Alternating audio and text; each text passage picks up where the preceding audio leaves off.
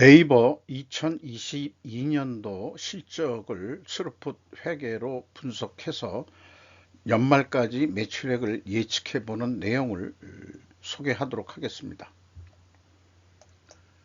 매출은 9.8% 증가했고요. 영업이익은 반대로 0.3%가 감소했습니다. 구독, 좋아요는 제게 큰 에너지를 주시는 게 되겠고요. 그리고 필요하시면 1.5 배속을 보시기 바랍니다. 손익 내용을 말씀드리기 전에 서비스업인 경우 스루풋을 어떻게 분석하느냐 하면은 핵심적인 내용은 보통 매출이라고 안 그러고 영업수익이라고 표현을 합니다. 서비스업에서는 그 매출에 비례하는 변동비를 식별하고 결정해서 분석에 들어갑니다. 이것이 서비스업의 가장 핵심적인 분석 이 특이점이라고 할 수 있겠어요. 그리고 결산 후에 크게 벌어진 사건이라고 표현하기보다는 미국 커머스 시장 진출을 위한 경영권 확보를 위하여 미국 소재 회사인 포스마크 인코퍼레이션의 지분 100%를 인수하기로 결정해가지고 2022년 하반기에 4분기에 그래서 2023년 1월 5일자로 포스마크 인코퍼레이션의 지분을 취득해서 종속기업으로 편입했다. 이런 내용이 있습니다. 이게 이 네이버의 이 대표가 아주 젊은 여성 대표가 됐는데 최수연 씨라고 이력을 보면은 2005년에 NHN 홍보 마케팅으로 입사했다가 뜻한 바가 있어서 이 법무법인 율촌 변호사로 활동을 하다가 2019년에 거의 10년 만에 다시 네이버 글로벌 사업지원 책임 리더로 들어왔다가 이 19년에서 22년에 대표가 됐으니까 5년 만에 아주 급격하게 40대 이 대표가 나왔습니다.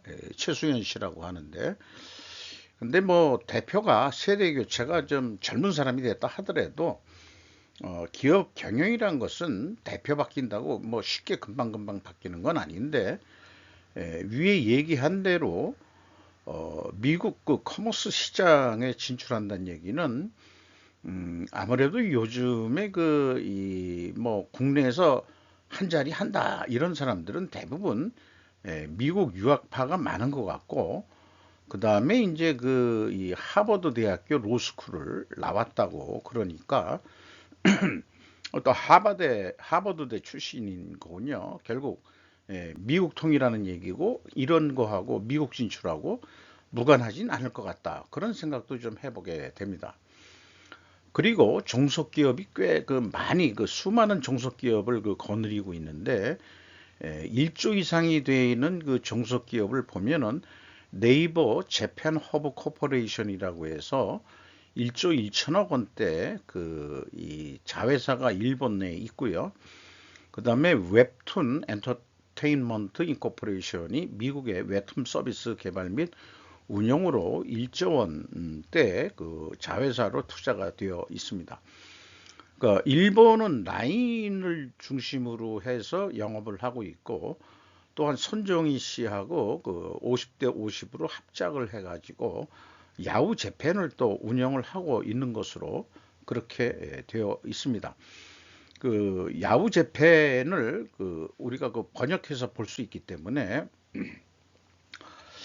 일본 진출 포털을 장악한다고까지 얘기하긴 그렇지만은 일본 진출을 했다는 것에 대해서는 좀 고무적으로 생각을 합니다.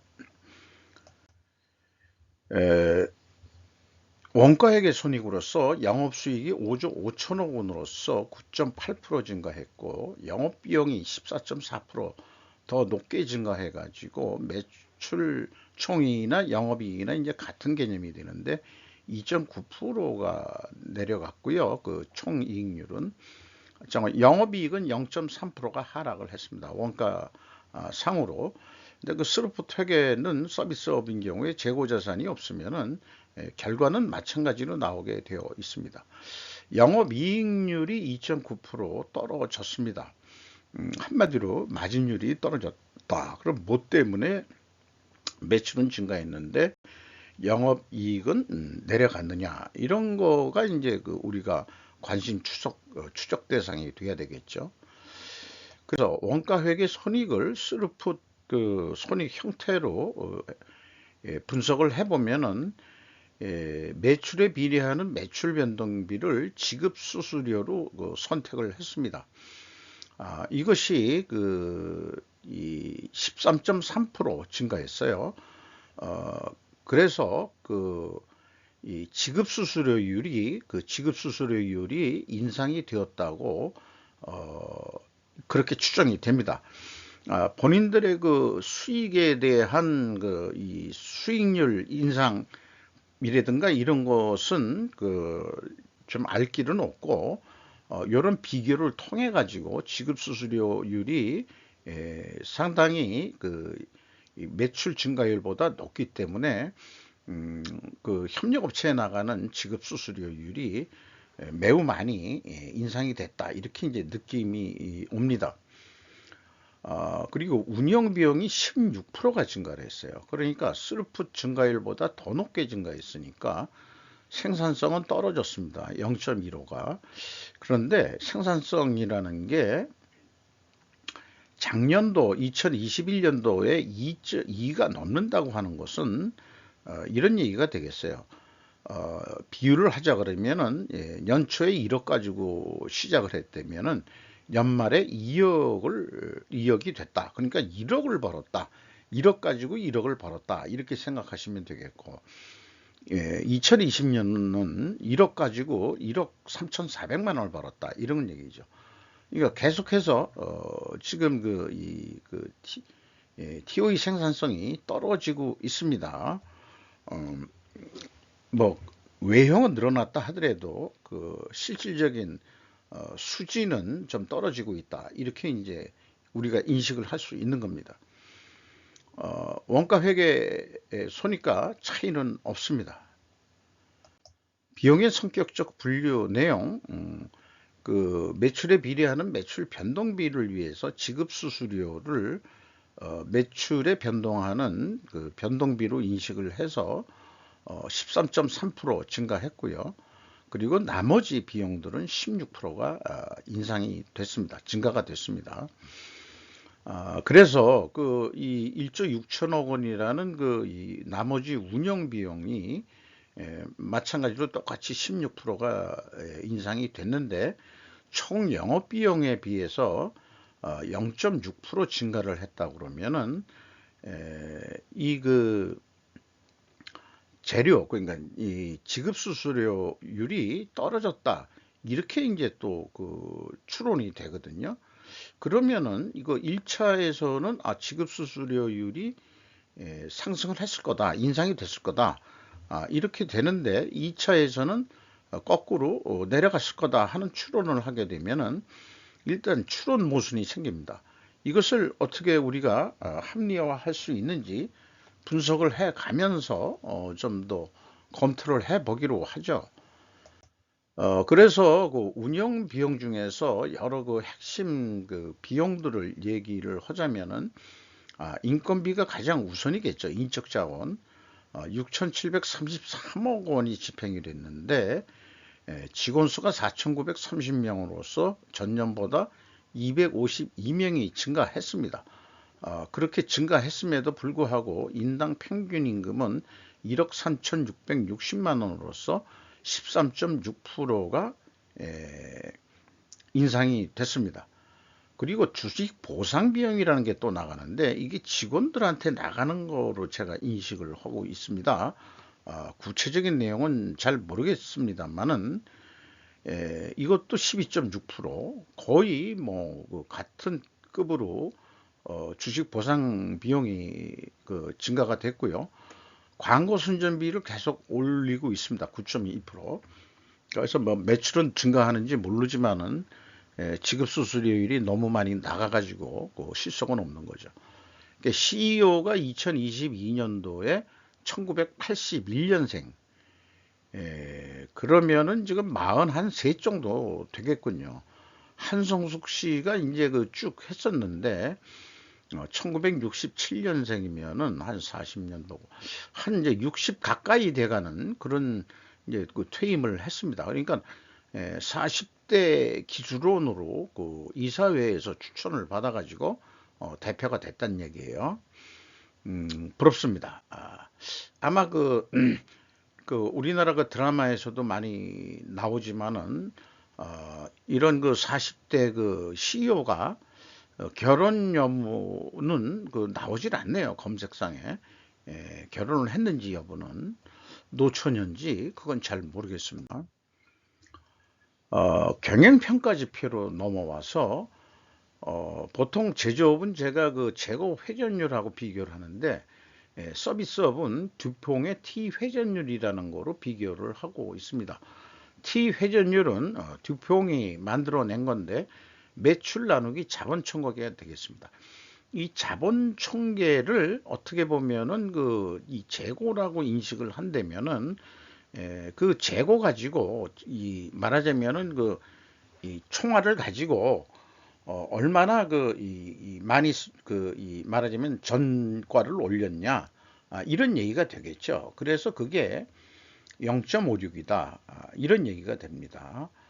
어, 자신의 그 총 자본 총계 역량을 10분 발휘를 못하고 있다 이렇게 볼 수도 있는 거겠죠. 수르픈율은 또 떨어졌어요.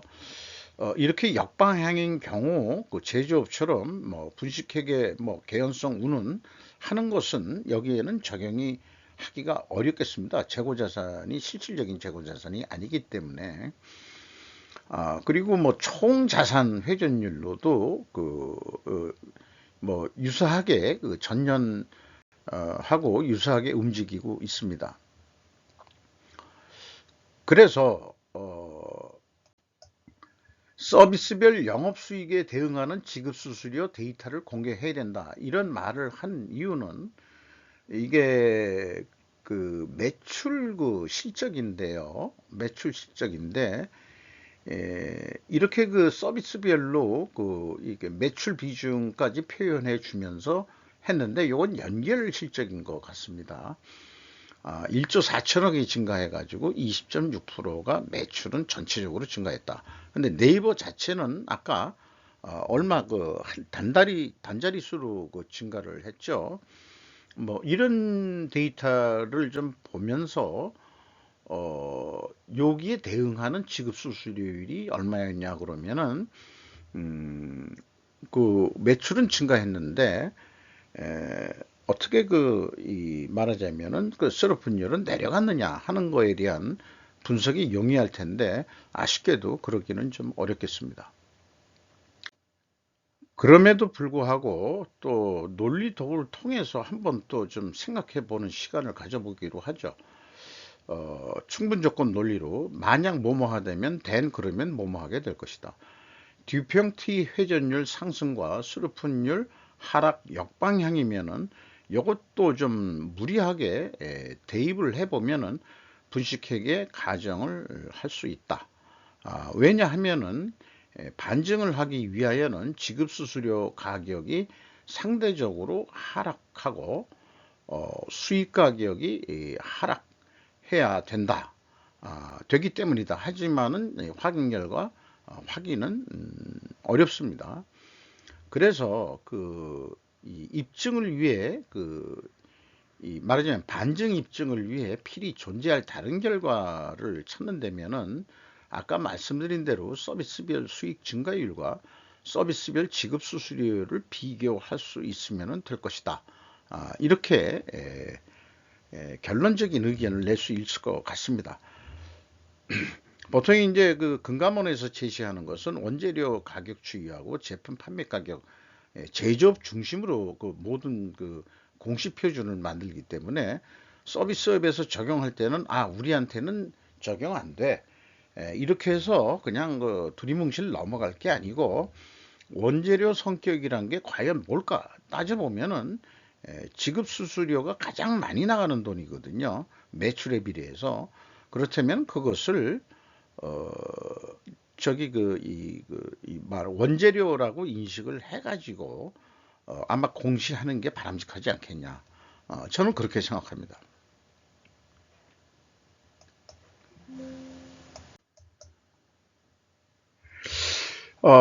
현금 재무지표로 와서요. 캐펙스 자본적 투자는 6,900억이 투자가 됐어요. 근데 2021년도에는 무려 3조 3천억이나 투자가 됐습니다. 어디에 투자가 됐는지 다음 장에 좀 그걸 추적해 보기로 하고요. 종속기업 비율이 그 56.1%로 증가를 했습니다. 그리고 세후 현금 순이익으로 6,722억 원의 그 현금 순이익이 났는데 현금 수익률로 5.6%, 전년도보다 7.5%가 떨어졌습니다. 그리고 채권자한테 지속적으로 차입금을 꾸고 있는데 레버리지율은 17.2%로 떨어진 거로 이렇게 계산이 됩니다. 투하자본이 증가했기 때문에 그렇게 내려갔다고 산출이 됩니다.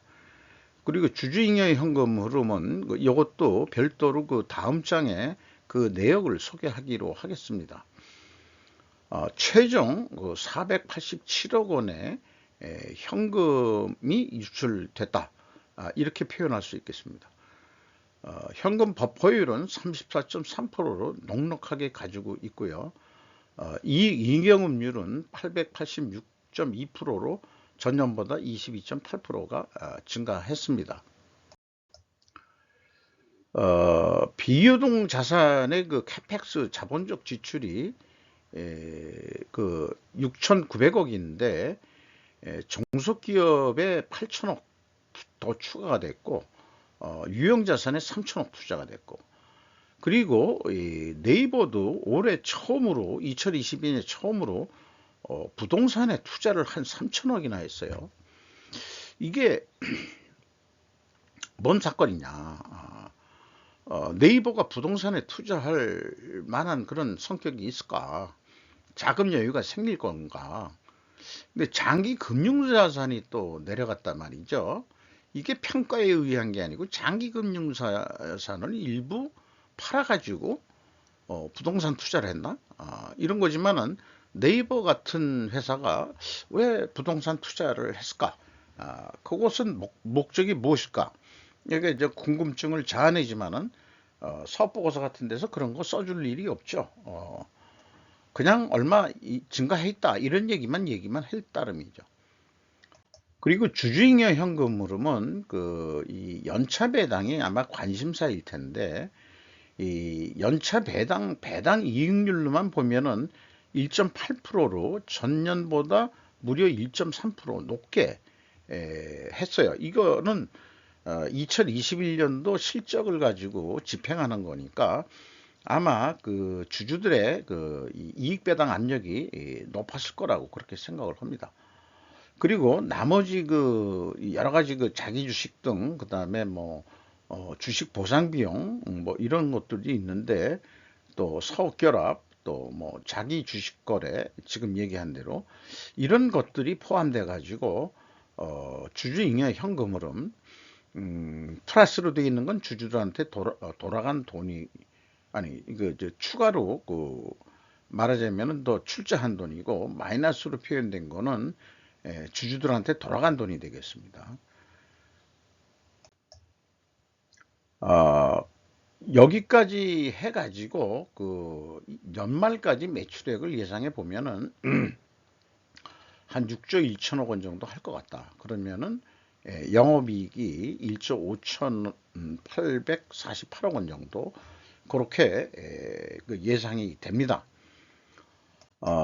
그런데 그 스루풋 관점에서 보면은 손익분기점이라는 거로 봤을 때 운영 비용이 15% 정도 증가한다고 보고 영업이익이 2%더 목표이익을 높인다고 보면은 한 5조 9천억 정도는 가능하지 않을까 이렇게 그 계산이 되는데요.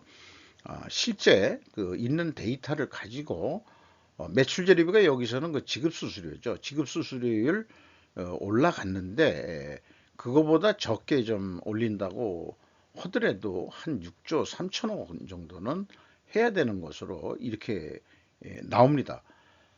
어, 그러나 현실은 제안을 갖다가 그 한 6조 2천억 원으로 했을 때 거꾸로 그 원가 회계에서도 그 이 6조 2천억 원으로 깎았지만 더 깎아가지고 6조 원으로 그냥 한다. 그래도 한 1조 4천억 원 정도 남는데 아까 얘기한 대로 그 이 좀 더 노력을 해서 T 회전율, 매출 나누기 자본 총계 요거를 더 올리면은 한 6조 4천억까지 해서 영업이익은 한 1조 7천억 정도 이익을 낼 수 있지 않겠냐. 요것은 뭐 예측이라기보다도 사업 목표를 이만큼 높게 잡아가지고 이익 실현을 한다. 라는 그 목표 게임 같은 성격으로 보시면 되겠습니다.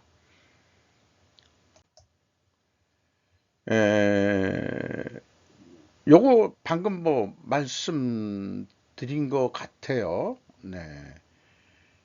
다른 경우 아까 그 6조였지만은 6조 1천억 너무 깎으면 곤란하니까 원가 회계처럼 6조 2천억으로 한다 그러면은 결과적으로 또 1천억 원 정도 당연히 이익이 더 증가하는 것으로 이렇게 나올 수 있겠다 이렇게 이제 예측을 해봅니다. 주가는 많이 내려갔어요. 작년 2021년 말이 장부 가격이 606%였는데 이게 거의 뭐 반, 50%, 300%로 떨어졌습니다. 딱 반이 떨어졌네요. 자, 뭐 때문에 떨어졌냐? 영업실적, 영업이익이 좀 줄긴 줄었어도 매출은 증가하고 왜 이렇게 됐을까? 그거는 뭐 주식에 대해서는 잘 모르겠습니다만 코리아 그냥 일반적으로 디스카운트에 걸린 거다. 이렇게 좀 인식을 하게 되고요. 국민연금공단이 뭐 최대 주주로 돼 있는데 블랙락 펀드가 5.05% 가지고 있고 그리고 그 5% 이상에는 이 이혜진 씨가 표현이 안 됩니다. 3.74%인데 그 임원 현황에서 뽑아 가지고 보면은 이혜진 씨가 창업 그 설립자죠.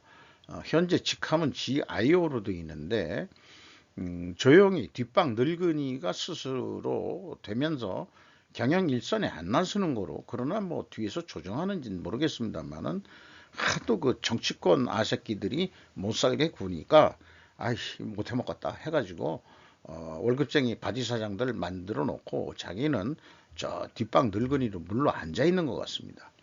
그럼에도 불구하고 공정위는 뭐그 대기업군의 그 총수로 그렇게 인식을 이미 하고 있죠. 그 문재인 정권 때. 그래서 아니다. 나는 그 아니다. 이제 설립자일 뿐이지 국민연금이 그 대빵 아니냐. 뭐 이런 식으로 해서 자꾸 뭐 저기 국회 같은데 불러내 가지고 뭐라고 하지 마라 하는 것 같아요.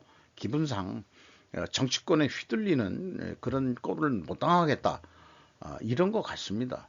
그런데 외국인이 47.45%예요. 그 중에 이제 브렉락 펀드가 5% 가지고 있는데 이 정도면은 가격이 100, 이렇게 300% 이상 떨어지면은요 어떻게 되겠어요? 싼 가격에 외국 자본이 더 줍줍하게 되겠죠. 네이버도 더 이상 한국 기업이 아니다. 국내 좌경 정치 세력의 입김에서는 벗어났다고는 보자. 그러니까 사실 네이버 포털 사이트에 의해서 많은 사람들이 여러 언론 매체들 거의 뉴스들을 한꺼번에 볼 수 있으니까 여론 형성에 상당한 영향력을 미칠 수 있는 건 사실이죠. 다음도 있긴 있습니다만은 그게 카카오가 인수를 했죠. 국내 두 군데 포털 사이트가 있다고 보는데 저 같은 경우에는 그 다음보다는 네이버 쪽으로 계속해서 처음부터 그 다음 그 포탈은 안 보고 네이버 쪽으로만 저는 중심적으로 보고 있습니다. 네이버에서도 그 블로그를 만들어 가지고 운영을 하고 있고 그렇습니다. 일단 우리는 한번 그냥 정이 들면은 안 바꿔요. 안 바꾸고 또 옮기는 것도 귀찮고 또 그동안에 네이버에서 그 생활한 내용도 많으니까, 그래서 네이버에서 그냥 생활하고 있습니다. 가상 세계는 아니지만은 네이버에서 그냥 생활하고 있다. 이렇게 생각하시면 되겠어요. 자, 이상 2022년도 네이버 그 실적을 분석을 해보고 또 연말 매출액까지 예상을 해봤습니다. 계속해서 그 생산성이 떨어지고 있는데 다시 이 생산성이 올라가 가지고 주가가 다시 상승하기를 바랍니다. 마치도록 하겠습니다.